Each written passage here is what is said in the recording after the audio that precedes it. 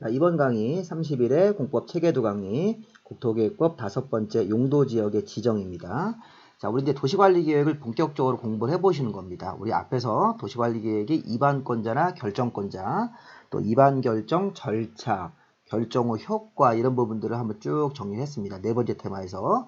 앞으로 5번째, 6번째 테마도 다 도시관리계획 내용들이니까 그만큼 도시관리계획이 중요합니다. 자, 일단 도시관리계획에서 용도지역이라고 하는 것은 우리나라 토지를 21종류 용도지역으로 구분을 하는 것이죠. 그래서 일단 우리나라 용도지역은 크게 도시지역이 있었죠. 관리지역, 농림, 자연 이게 큰 용도지역입니다. 도시용으로 사용해라. 도시지역 인근에서 관리 상태로 둬라. 자, 농림지역이면 농사짓는 목적이나 임원 목적으로 쓰자. 자연환경 보존 목적으로 토지를 개발하지 말아라. 이렇게 정해놓는데 도시지역에서도 이게 주거, 상업, 공업, 녹지로 다시 나눠지죠. 주거지역은 다시 6개, 상업지역은 4개, 중일, 유군, 공업지역, 전일준, 녹지지역, 보생자 이렇게 우리 암기를 했습니다. 그래서 도시지역 안에서 총 16가지 명칭으로 뒤에 세분이 되실 겁니다. 자, 관리지역은 도시지역과 이런 농림지역과의 완충지대로서 보생, 개 이렇게 다시 3가지로 세분되죠. 자, 우리는 도시지역과 관리지역에서는 세분을 할 수 있다. 이런 표현도 나올 수 있습니다. 자, 반면에 농림지역과 자연환경보존지역은 세분을 할 수가 없죠. 자, 일단 용도지역을 공부하실 때는 용도지역 이름을 먼저 알고 들어가셔야 됩니다. 자, 다시 한번 정리해보면 자, 우리나라 용도지역은 크게 도시, 관리, 농림, 자연인데 도시지역은 주거지역, 상업지역, 공업, 녹지로 나누고 주거지역이 1, 2종 전용, 1, 2, 3종 일반, 준주거, 상업지역은 중1, 근유, 아니면 중1, 유근 이렇게 외우시면 됩니다. 중학교 1학년 되면 근육이 생긴다 이렇게 외웠죠. 그 다음에 공업지역은 전일준, 전용공업, 일반공업, 중공업, 그 중학교 1학년 이름이 전일준이, 전일준이가 먹는 약이 보생자죠. 보생자. 보생자 요거 약 해먹으려고 만든 개가 관리적으로 가서 보생개 이렇게 외웠습니다. 자, 일단 외워야 됩니다. 우리 용도지역 이름은. 자, 도시지역은 주, 상, 공, 녹 나눠지죠. 주거지역은 1, 2종 전용, 1, 2, 3종 일반, 준주거지역은 종이 없습니다. 자, 중1 근유, 중학교 1학년 되면 근육이 생긴다. 이렇게 외우시고, 그 중학교 1학년 이름이 전일준이, 전일준이가 먹는 약이 보생자, 보생자 요 약해 먹으려고 만든 개가 보생개다. 이렇게 외우시고, 농림, 자연은 세분되는 명칭이 없네요. 자, 이렇게 해서 우리가 참고로 요거 서울시 지도를 보시면 서울시도의 여기 이런 초록색 부분이 주로 이게 녹지지역이라고 보시면 돼요. 녹지지역이고 노란색 부분들은 글자가 좀 작아서 안 보이지만 주거지역들. 그 다음에 여기 이제 이 공업지역 같은 경우는 이런 지역들이 공업지역입니다. 이쪽 구로 쪽 같은데 공업지역이 많이 있을 겁니다. 공업지역도 있고 그 다음에 나머지 여기 뭐 이런 다른 약간 분홍색 다른 지역들은 다른 용도지역인데 크게 보시면 우리나라 용도지역 자체가 뭐 이런 부분들은 뭐 이런 상업지역, 붉은색은 상업지역, 노란색은 주거지역 같은 것들. 서울시 전체가 다 이게 그 도시지역으로 구성되어 있고 서울시의 여기 초록색 부분은 녹지지역, 노란색 부분들이 주로 주거지역이에요. 주거지역이 제일 많죠. 봤을 때. 이런 부분들은 공업지역이고요. 붉은색 부분은 상업지역들. 우리 여의도 같은 데가 상당 부분 상업지역입니다. 이렇게 우리가 구성되어 있고 나머지 뭐 기타 지역도 표시가 되어 있는데 이런 식의 우리나라 토지는 구분을 해서 사용을 하고 있는 것입니다. 여기 뭐 다른 명칭도 나오는데 다른 명칭들은 중요하지 않고 서울시가 이렇게 용도지역 같은 것들을 정하고 있다는 것도 한번 참고삼아 한번 보여드렸습니다. 자, 우리 용도지역 본격적으로 시험 문제를 공부하실 때 처음에 용도지역이 뭐냐 이렇게 의의를 물어봐요. 용도지역은 토지를 경제적 효율적으로 이용하기 위해서 21가지 목적으로 나눠서 쓰는 지역이다. 자, 용도지역 목적은 토지를 경제적 효율적으로 이용하고 공공의 복리를 위해서.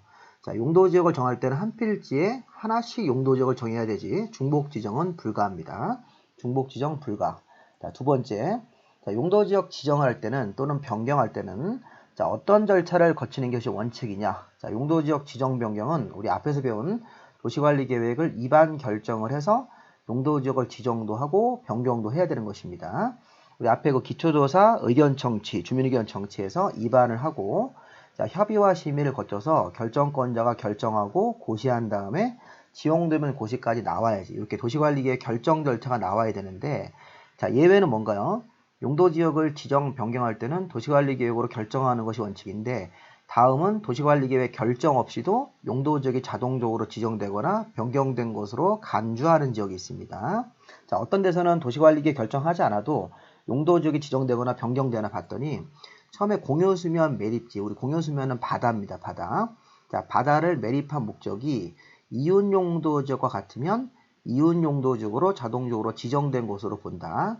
자, 우리 바다를 매립했는데 바다 매립지가 새로운 육지가 된 건데 그 주변 지역의 목적과 매립 목적이 주변 이웃 지역의 용도 지역 내용과 동일하면 매립 준공 인가일로부터 이웃 용도 지역으로 지정된 것으로 본다. 자, 만약에 매립 목적이 이웃 용도랑 다르거나 2개 이상 용도 지역에 걸쳐 있는 경우는 그 매립지에다가 정식으로 도시관리계획 결정을 해서 용도 지역을 따로 지정을 해줘야 되는 것이죠. 자, 주의할 점은 공유수면 바다의 매립 목적이 이웃 용도랑 같으면 이웃 용도 지역으로 지정된 것으로 본다. 이웃 용도라고 하셔야 돼요. 도시 지역이라고 하시면 안 됩니다. 자, 매립 목적이 이웃 용도랑 같으면 이웃 용도 지역으로 지정된 것으로 본다. 근데 매립 목적이 이웃 용도랑 다르거나 2개 이상 이웃 용도 지역에 걸쳐 있을 때는 별도로 매립지에다가 도시관리계획 결정을 해서 원칙대로 용도 지역을 정해줘야 되는 것입니다. 자, 공유수면 매립 목적이 이웃 용도 지역과 같으면 그 매립지의 용도 지역은 자동적으로 이웃 용도 지역으로 지정된 것으로 본다. 자, 뒤에 보시면 자, 어항구역, 항만구역 등이 지정된 장소에서도 특례가 생기는데 어항구역, 항만구역, 자, 국가산업, 일반산업, 도시첨단산업단지, 택지개발지구, 전원개발사업구역. 자, 우리 이런 명칭들이 지정될 수 있습니다. 어항을 만들 때는 어항구역, 항만을 만들 때는 항만구역. 자, 국가가 공장 짓고 지방자치단체가 공장 지을 때는 일반산업단지, 도시첨단산업단지. 자, 택지개발지구, 아파트를 지으려고 땅을 개발하는 곳. 자, 발전소를 짓는 전원개발사업구역. 자, 요거 우리 암기를 하셔야 돼요. 이런 명칭들이 지정이 되면 도시지역으로 자동적으로 결정고시가 된 것으로 본다. 자, 주의사항, 공유수면 매립 목적이 이웃용도랑 같으면 이웃용도지역으로 지정된 것으로 본다인데 지금 같은 어항, 그 다음에 전, 국, 택 이렇게 우리 암기하죠. 어항, 전, 국, 택. 어항은 전국에다가 선택할 수 있다. 어항구역, 항만구역, 국가산업단지, 택지개발지구, 전원개발사업구역이 지정고시가 됐을 때는 무조건 이웃용도가 아니라 도시지역으로 결정고시가 된 것으로 간주합니다. 이때 주의사항. 자, 여기 그 국가산업단지나 일반산업단지나 도시첨단은 되는데 농공단지는 들어가시면 안 됩니다.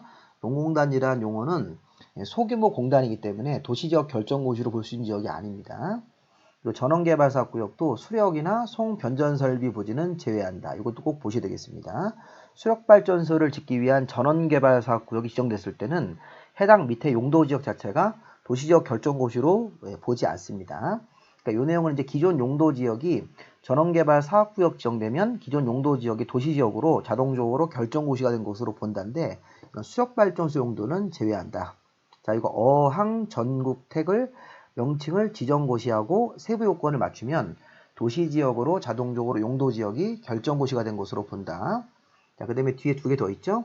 관리지역의 농업진흥지역이라는 명칭을 지정고시했을 때는 농림지역으로, 또 관리지역의 보전산지라는 명칭을 지정고시했을 때는 농림 또는 자연환경보전지역으로 결정고시가 된 것으로 본다.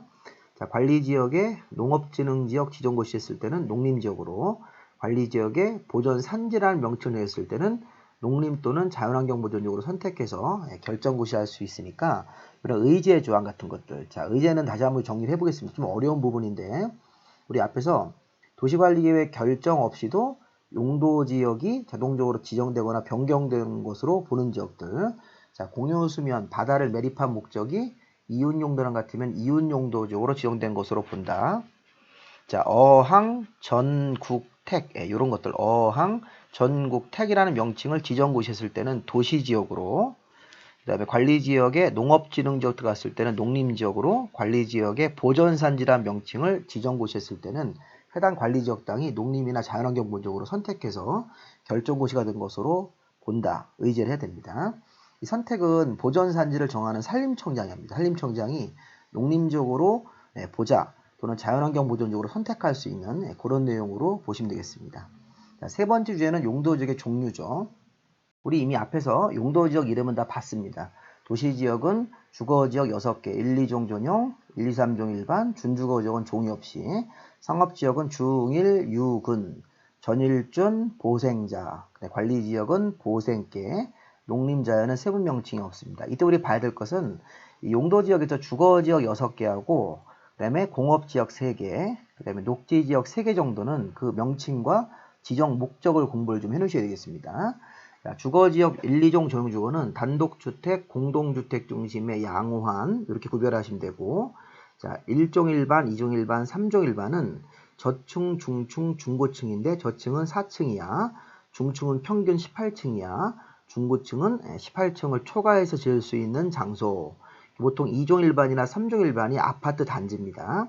제가 수업 시간에 단독주택 중심의 양호한 1종 전용 주거하고 저층주택 4층 이하로 짓는 편리한 주거환경 1종 일반은 주거지역 6개 중에서 아파트를 지을 수 없는 곳이에요.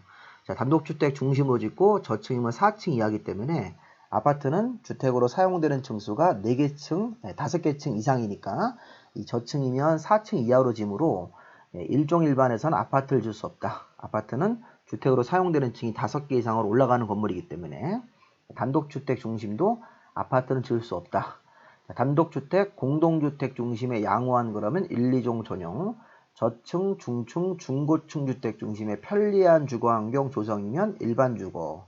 자, 주거 기능에다가 상업 업무 기능을 보완한다. 상업 기능의 보완이라고 하시면 되겠습니다. 주거하고 상업이 섞여 있으면 준주거지역. 주거지역 중에 제일 땅값이 비싼 데가 준주거지역이에요. 주거에다가 상업지역까지 혼재되어 있기 때문에.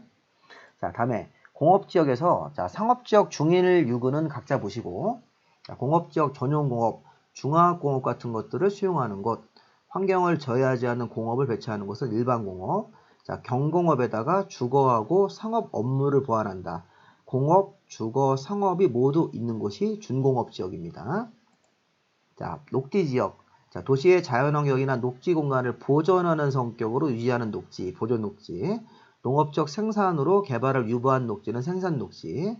보존을 하되 불가피한 경우에 개발에 허용되는 녹지가 자연녹지. 이렇게 보생자. 보존 성격으로 유지하는 녹지, 농업적 생산으로 개발을 유보한 녹지, 보존을 하되 불가피하면 개발에 허용되는 녹지. 자, 관리지역도 보시면 보존이 필요하나 자연환경으로 지정이 곤란한 곳, 보존관리.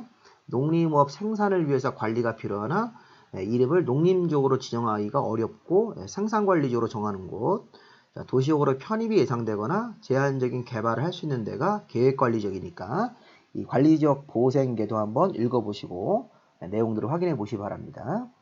자, 그 다음에 이제 네 번째 주제가 용도지역에서의 건축 제한인데, 자, 우리 용도지역이 지정되면 건물을 신축할 때, 자, 토지 소유자, 건물주가 건축 제한이라는 종류 제한을 받고 건폐율이라는 건축 면적 제한, 용적률, 연면적 제한. 용적률은 연면적이니까 1층, 2층, 3층, 4층을 모두 더한 연면적 자체를 규제할 수 있고, 건물을 지을 때 건축 면적, 대지에서 얼마나 많이 차지할 거냐, 수평적으로, 건폐율, 건물의 종류 같은 업종 제한 3가지가 기본 규제입니다. 우리 용도지역 들어가시면 무조건 건축 제한, 건폐율, 용적률을 생각해 보셔야 돼요. 네, 우리는 이 3가지 제한을 이 용도지역에서 건물을 신축할 때 받는 행위 제한이라고 그래요. 행위 제한은 종류 제한, 건축 면적 제한, 연면적 제한, 건폐율, 용적률, 건축 제한이라는 말 쓰는 것입니다. 자, 우리 건축 제한부터 보시면 우리 저 요약집에 있는 내용처럼 일종 조형주거적 땅에서는 연립이나 단독주택은 가능하다. 상가, 우리 일종 근린생활시설 같은 상가는 되지만 아파트나 병원이나 대학교 같은 건물들은 불가하다. 여기 일종 조형주거적에 초중고등학교도 가능합니다. 대학교는 안 됩니다. 자, 병원 같은 건 안 됩니다. 근데 여기 병원 말고 의원, 개인이 운영하는 의원은 요 상가 범위 안에 들어가 있기 때문에 의원은 되죠.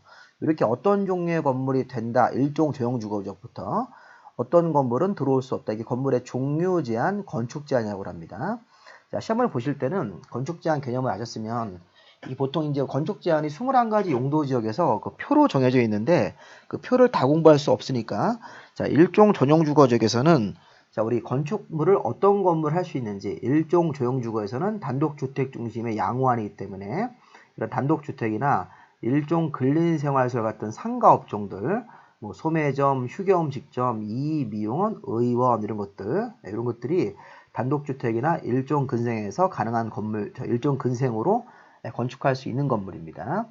근데 이게 조례가 정하면 우리 일종 전용주거지역에서는 표를 보시면 이 조례가 정하는 가번부터 자번까지 건물도 추가적으로 할 수 있는 것이죠. 자, 다시 한번 우리 건축 제한을 공부하실 때는 건물의 종류 제한을 따지는 표가 있어요. 표. 이게 하나의 표입니다.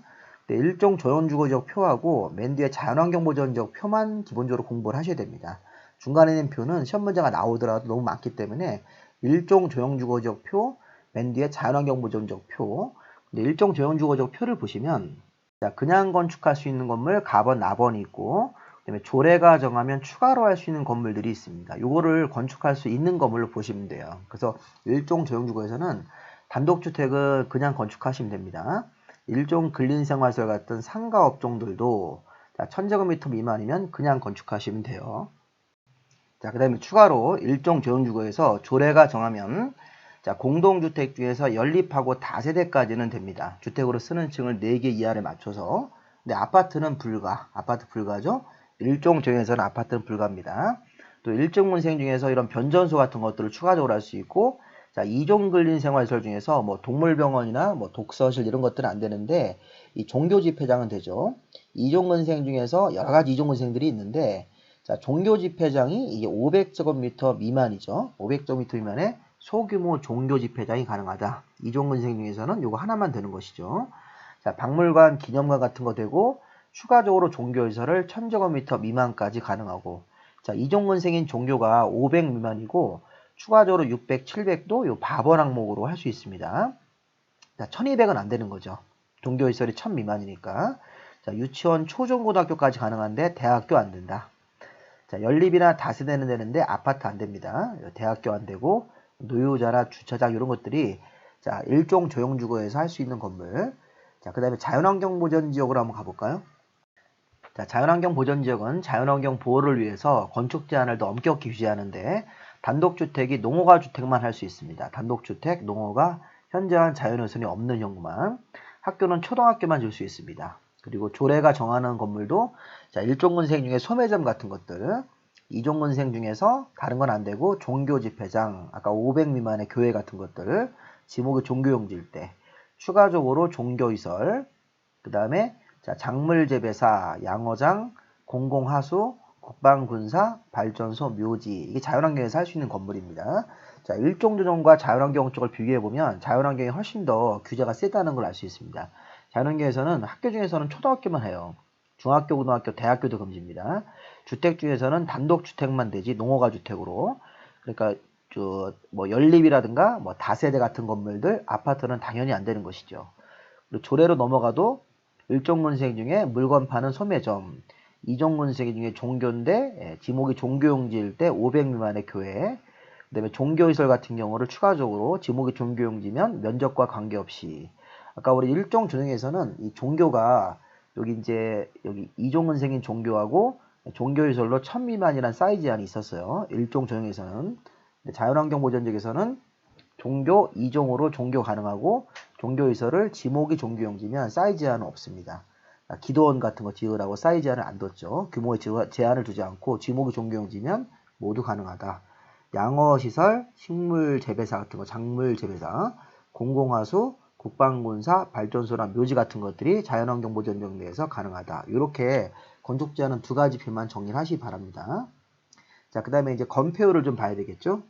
자, 건폐율은 뭐 요약집에 있는 그림처럼 여기 건물이 지어졌을 때 대지에서 차지하는 면적, 자, 대지 면적이 100제곱미터일 때 건축 면적이 50이다. 이렇게 예를 들면 대지 면적 100에서 건축 면적 50을 차지하고 있으니까 곱하기 100%를 하면 50% 건폐율로 건물을 지은 거고 건폐율이 높아지면 지금처럼 80, 이렇게 30으로 줄어들면 건폐율이 강화돼서 건폐율이 낮아지는 거니까 건폐율은 건물을 졌을 때 이 건물 위로 짓는 규제가 아니라 얼마나 넓게 대지를 차지할 거냐. 이 빗금치 여기 회색으로 음영이 들어가면 이 부분 면적 자체를 건축 면적으로 건폐율을 통해서 규제하도록 되어 있습니다. 이 건폐율은 뒤에 보시면 우리 숫자 암기하셔야 되겠죠. 건폐율은 일종 조형부터 5, 5, 6, 6, 5, 7, 10 요거 이하로 짓는 게 원칙이죠. 자, 상업지역은 9, 8, 8, 7 그 다음에 공업지역은 모두 70 녹지지역 보생자 모두 20 관리지역은 2, 2, 넷, 2, 2 이렇게 하시게 돼 있습니다.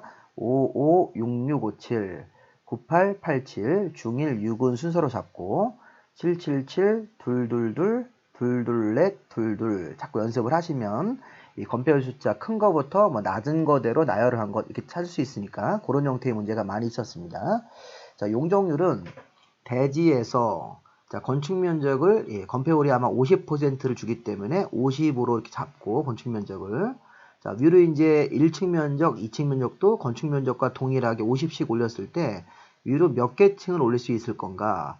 자, 위에 층 면적을 각 층 바닥 면적을 다 더해서 연면적이 나옵니다. 연면적이라 할 때 연자가 이을 연자입니다. 이을 연자. 용적률은 위로 몇 개 층을 올릴 수 있는 거냐? 자, 그래서 용적률이 200%를 주면요. 자, 200%를 주면 자기 대지 면적의 2배, 200%까지니까 자, 연면적이 200이 나오겠죠? 200을 지을 때 주의, 자, 용적률에 관해 따라서 연면적을 계산할 때는 200이 나왔을 때 실제 건물을 짓는 과정에서 지하층 면적은 무조건 빼시는 겁니다. 지하층 200이란 연면적으로 지을 때 빼고 하고 지상층도 주차장 같은 게 있으면 빼시는 거예요. 그리고 초고층 건물 피난구역, 경사지붕 아래 대피공간도 빼는 건데 이 건물은 3번, 4번 조건에 안 맞으니까 1, 2번을 빼고 건물 한번 줘볼까요? 자, 연면적 200 나왔습니다. 대지 면적에서 자, 용적률 200%로 건물을 지면 여기 200%가 있으니까 자기 대지 면적이 100인데 200%라는 얘기는 2배를 짓기 때문에 연면적이 200이 나오겠죠. 그래서 여기 2층, 3층, 4층, 5층으로 이렇게 200을 지시면 되는 거죠. 자, 우리 아까 좀 전에 그 지하층은 빼라고 그랬으니까 또 지상의 주차 공간을 빼라고 했으니까 이 부분을 빼고 이 사람은 이렇게 2, 3, 4, 5가 이 상업용 건물을 쓰고 있기 때문에 요걸 맞춰서 200을 지신 겁니다.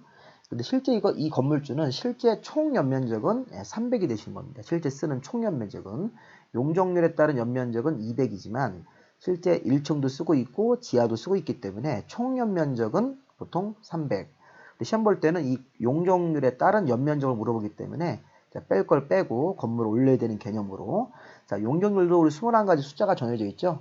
자, 보시면 주거지역부터 100, 150, 200, 250, 300에서 여기 많이 올려야 되겠죠. 주거지역은 50씩 올라가다가 3종에서 준주거지역 올라갈 때는 많이 올려서 500.